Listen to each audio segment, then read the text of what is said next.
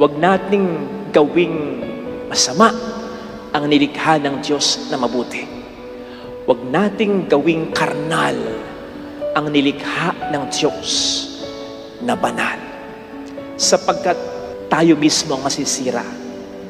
Tandaan natin, yung gawing masama ang mabuti, yung gawing pangit ang maganda, gawain yon ng Diablo. Ng Diablo, ng hungang na si Satanas. Huwag po nating hayaan na parati na lang ninanakaw ni Satanas ang ating oras, na parating nilulubog tayo ni Satanas sa kasalanan.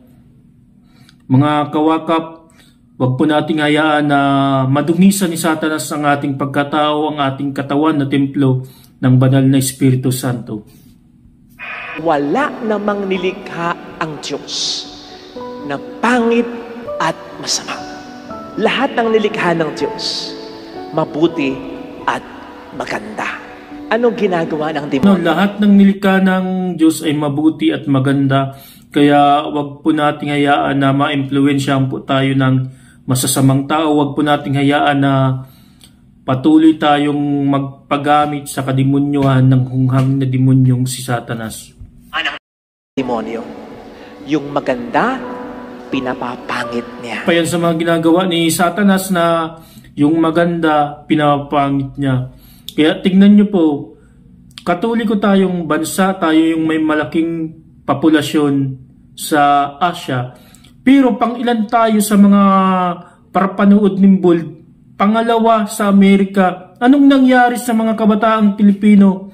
Sa mga kabataang Pilipino na makakapanood ng bidyong ito, siguro kung may kanta sa inyo, anong nangyari sa ating dalawa? So anong nangyari kabataang Pilipino? Bakit tinayaan nyo na mamuhay kayo sa kalayawan, mamuhay kayo sa tawag ng laman?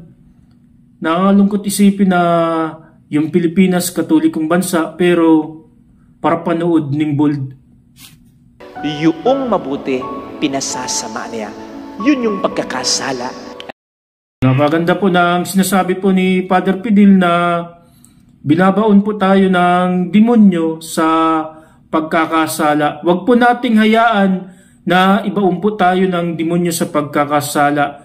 Labanan po natin ang mga masasamang gawa ng hungang na demonyong si Satanas. Halimbawa ay pera. Masama bang pera? Hindi masama ang pera. Pero pinapasama ng Diablo.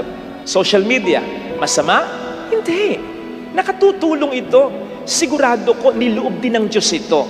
Sapagkat kung walang social media, basic example, paano tayo makapagsisimba nung panahon ng pandemya? Sige,